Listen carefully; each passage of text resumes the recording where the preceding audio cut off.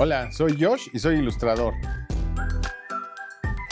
He trabajado en muchos libros que los niños utilizan día a día en su escuela y he colaborado con clientes como Castillo, Ediciones SM, Planeta y la Secretaría de Educación Pública de México. Trabajar en proyectos infantiles en donde la ilustración y el aprendizaje van de la mano siempre ha sido mi área de interés. Los libros educativos y escolares son contenedores de conocimiento donde la imagen y el texto están encargados de crear un material didáctico con información valiosa pero digerible. El dibujo y el material visual tienen la capacidad de entablar un diálogo con los niños y sembrar conocimiento que crezca y nunca se vaya. En este curso de Doméstica aprenderás a crear libros educativos ilustrados. Como proyecto final, elaborarás un breve libro plegable e informativo dirigido al público infantil. Comenzaremos haciendo una reflexión sobre la infancia y su vínculo con los libros para aprender. Te contaré sobre los componentes de un libro ilustrado y cómo hablarle a una audiencia joven.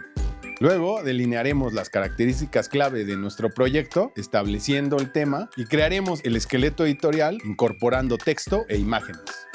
Más tarde pasaremos a la fase de bocetaje, en donde haremos el vaciado de nuestras ideas gráficas y experimentaremos con color. Después entraremos al mundo digital, donde te hablaré de mi proceso y de las herramientas de trabajo. Luego haremos paso a paso el armado de la ilustración para dejar listas las imágenes de tu libro y hablaremos sobre las distintas posibilidades para darle salida a tu trabajo e imprimirlo de la mejor manera posible. Para finalizar, hablaremos sobre el mercado de los libros educativos y reflexionaremos sobre la importancia de crear material estimulante y constructivo para las infancias.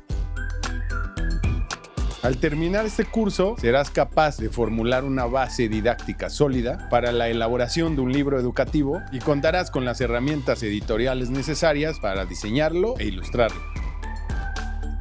Para tomar este curso, solo deberás tener nociones básicas de ilustración. Utiliza el poder de la ilustración para sembrar conocimiento y generar un aprendizaje significativo.